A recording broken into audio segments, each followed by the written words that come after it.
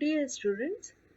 हमने previous class के अंदर पढ़ा था कि फोटो सेंसिटाइजेशन क्या होता है, प्रकाश सुग्राहीकरण क्या होता है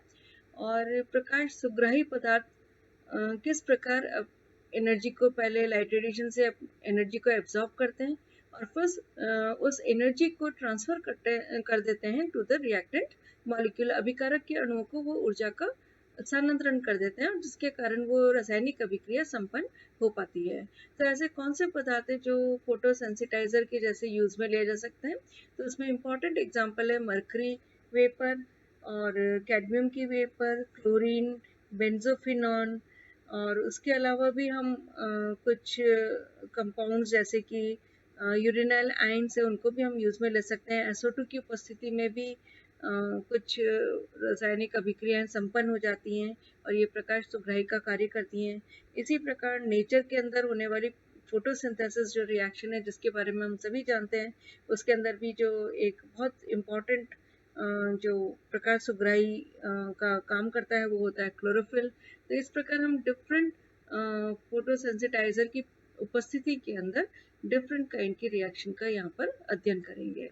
सबसे पहले हम देखते हैं कि मरकरी वेपर की प्रेजेंस के अंदर किस प्रकार से फोटो सेंसिटाइज रिएक्शन संपन्न हो सकती है, प्रकाश सुग्राही अभिक्रिया संपन्न हो सकती है। तो मरकरी अगर लैंप से हम मरकरी की वाष्प लेते हैं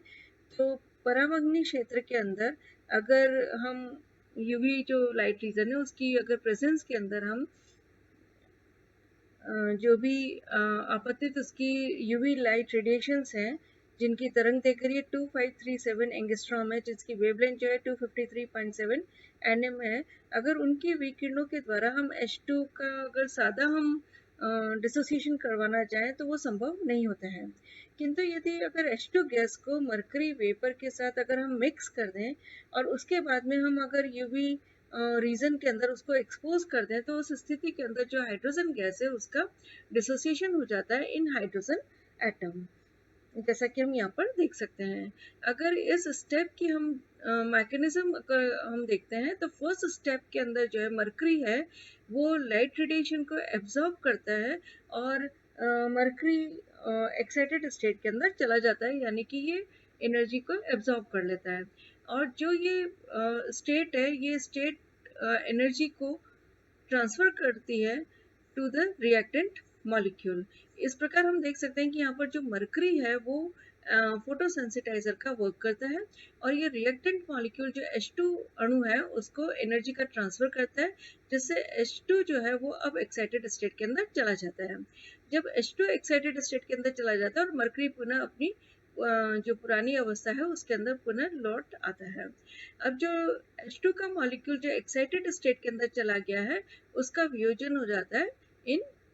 हाइड्रोजन एटम्स और ये जो हाइड्रोजन एटम है ये बहुत सक्रिय फॉर्म में रहता है, इसलिए कई मेटेलिक ऑक्साइड्स हैं या नाइट्रस ऑक्साइड है या कार्बन मोनोऑक्साइड है, इन सबको इजीली ये रिड्यूस कर सकते हैं। इस प्रकार हम देख सकते हैं कि जो मरकरी वेपर है वो कुछ ऑर्गेनिक कंपाउंड्स या कुछ अन्य कंपाउंड्स जैसे NH3, PH3 या ASH3 इनके डिसोसिएशन में भी एज फोटो सेंसिटाइजर वर्क करती है। इसी प्रकार इसकी उपस्थिति के अंदर कुछ कॉम्बिनेशन रिएक्शंस भी हम करवा सकते हैं, जैसे H2 की फॉर्मेशन है फ्रॉम H2 एंड O2, इसी प्रकार NH3 का हम फॉर्म कर सकते हैं फ्रॉम N2 और H2। नेक्स्ट रिएक्शन है dissociation of ammonia. Dissociation of ammonia या अमोनिया का वियोजन। तो प्रकाश विकिरण जिसकी तरंग दैर्घ्य जैसा कि हमने देखा ही था कि 253.7 nm यहाँ पर होनी चाहिए, अगर उसके आयतन के द्वारा अमोनिया का वियोजन मरकरी वाष्प के द्वारा यदि प्रकाश सुग्राहित कराई जाए तो उसको हम एक प्रकाश सुग्राहित अभिक्रिया के एग्जाम्पल के अंदर काउंट कर सकते हैं। इस अभिक्रिया के अंदर जब हम देखते हैं कि जब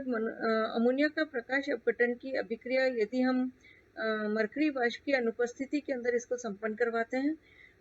और अगर दूसरा हम इसी अभिक्रिया को समान तरंग दैर्घ्य के समान वेवलेंथ की प्रकाश विकिरण लेकिन साथ में अगर हम मरकरी वाष्प की उपस्थिति में अगर इस रिएक्शन को करवाते हैं तो इसकी जो वेलोसिटी है वो 200 टाइम्स ज़्यादा हो जाती है पहले के कंपैरेटिवली। इसका तात्पर्य ये हुआ कि अगर मरकरी वेपर प्रेजेंट है तो rate of dissociation of ammonia molecule जो है बहुत तेजी से इंक्रीज होता है और इसकी क्वांटम लब्धि जो है, क्वांटम यील्ड है, उसकी वैल्यू भी 7 के आसपास हमको प्राप्त होती है। अगर हम अमोनिया के डिसोसिएशन के मैकेनिज्म की तरफ अगर हम देखते हैं तो हम देखते हैं कि फर्स्ट स्टेप के अंदर जो अमोनिया है वो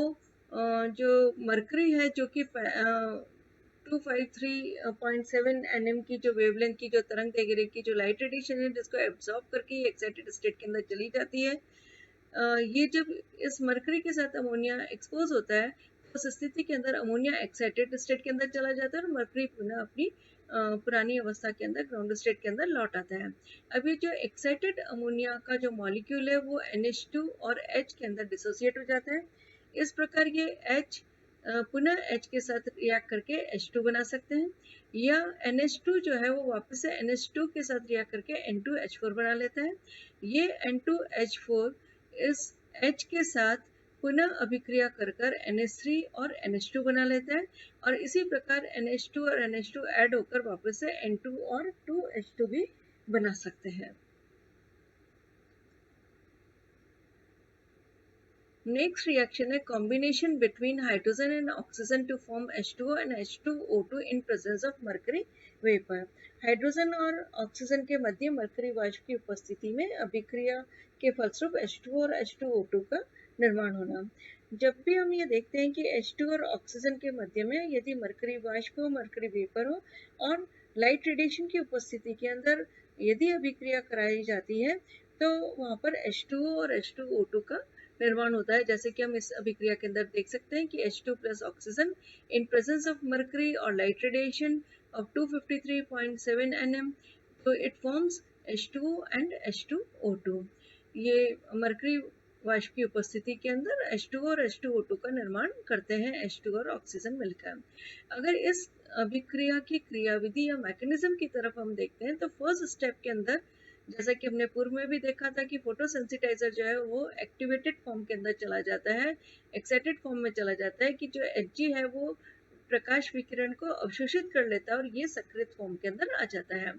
जब ये सक्रिय फॉर्म के अंदर आ जाएगा तो हमने देखा था कि सेकेंड स्टेप के अंदर ये जो भी रिएक्टेंट के मॉलिक्यूल्स हैं उनको अपनी एनर्जी को ट्रांसफर कर देता है और यहाँ पर हम देख सकते हैं कि सेकेंड स्टेप में energy transfer from excited state of photosensitizer to reactant and dissociation of reactant molecule occurs। For example यहाँ पर हम देख सकते हैं कि मरकरी जो एक्टिवेटेड फॉर्म के अंदर है वो हाइड्रोजन मॉलिक्यूल को अपनी एनर्जी को ट्रांसफर कर देता है और 2H बनाता है और पुनः ग्राउंड स्टेट के अंदर आ जाता है। इस प्रकार यहाँ पर जो निर्मित H है वो ऑक्सीजन के मॉलिक्यूल के साथ इंटरैक्ट करते हैं टू फॉर्म HO2। ये HO2 दूसरे HO2 मॉलिक्यूल के साथ पुनः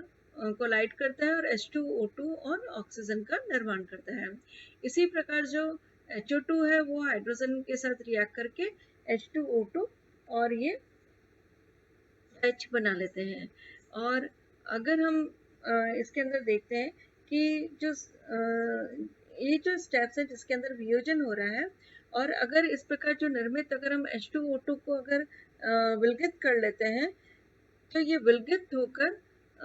या तो हम इसको अलग से सेपरेट कर लेते हैं या फिर जब हम इसका आइसोलेशन करने के बाद में कुछ जो इसके मॉलिक्यूल्स होते हैं वो डिसोसिएट हो जाते हैं इन H2O और ऑक्सीजन के अंदर। इस प्रकार हम देख सकते हैं कि जो भी ये स्टेप के अंदर बने हुए जो H हैं अगर ये पुनः वापस से रिएक्ट कर जाते हैं तो ये वापस से अभिक्रिया चल पड़ती है और जितने भी वहाँ पर मॉलिक्यूल्स हैं जो HO2 के जो निर्मित हुए हैं वो पुनः वापस से H2O2 का निर्माण करते रहते हैं। नेक्स्ट जो इसकी रिएक्शन के एग्जांपल्स हैं, combination between CO and H2 to form formaldehyde and glyoxal in presence of mercury vapor and light radiation। इसी प्रकार एक अन्य एग्जांपल है डिसोसिएशन ऑफ इथीन। सो अगर हम फर्स्ट एग्जांपल की तरफ देखते हैं तो यहाँ पर ये combination of CO and H2 यानी कि मरकरी वाष्प व प्रकाश विकिरण की उपस्थिति के अंदर CO और H2 के संयोग के द्वारा फॉर्मल्डिहाइड और ग्लायोक्सिल का निर्माण होता है। इस अभिक्रिया की जो क्वांटम यील्ड है वो 2 के बराबर प्राप्त होती है। अगर इस अभिक्रिया का हम मैकेनिज्म देखते हैं तो यहाँ पर हम देखते हैं कि जो मरकरी है वो एक्टिवेटेड स्टेट के अंदर चली गई फर्स्ट स्टेप में by absorption of light radiation, और फिर इसका डीएक्टिवेशन होता है by transfer of energy to reactant molecule. जैसा कि हम यहाँ पर देख सकते हैं कि ये H2 को अपनी एनर्जी दे रही है ताकि H2 का डिसोसिएशन हो जाता है इन H एटम्स, और ये H जो है ये कार्बन मोनोऑक्साइड के साथ रिएक्ट करके HCO बनाते हैं, जो पुनः H2 के मॉलिक्यूल के साथ रिएक्ट करके HCHO और H बना देते हैं। इस प्रकार HCO जो है वो SCHO भी बना सकता है और साथ में कार्बन मोनोऑक्साइड पुनः बना सकता है, जो पुनः वापस से काम आ जाती है रिएक्शन के अंदर। और इसी प्रकार SCO जो है वो ग्लाइकोल का निर्माण भी कर सकता है। नेक्स्ट जो एग्जांपल है वो है डिसोसिएशन ऑफ इथीन, यानी कि इथीन का वियोजन। इथीन और मरकरी वाष्प का जो मरकरी वेपर का जो मिश्रण है उसको यदि हम 253.7 nm जो रेडिएशन है, लाइट रेडिएशन है, अगर उसके द्वारा एक्सपोज कर देते हैं तो उस स्थिति के अंदर जो इथीन है उसका C2H2 और H2 के अंदर वियोजन हो जाता है। अगर इसके भी हम मैकेनिज्म के बारे में देखते हैं, हम देख सकते हैं कि जो Hg है वो पहले लाइट रेडिएशन को एब्जॉर्ब करेगा और Hg एक्टिवेटेड फॉर्म के अंदर पहुंच जाएगा एक्साइटेड स्टेट के अंदर, और फिर ये एक्साइटेड स्टेट से अपनी एनर्जी को ट्रांसफर करेगा to the ethene molecule into form C2H4,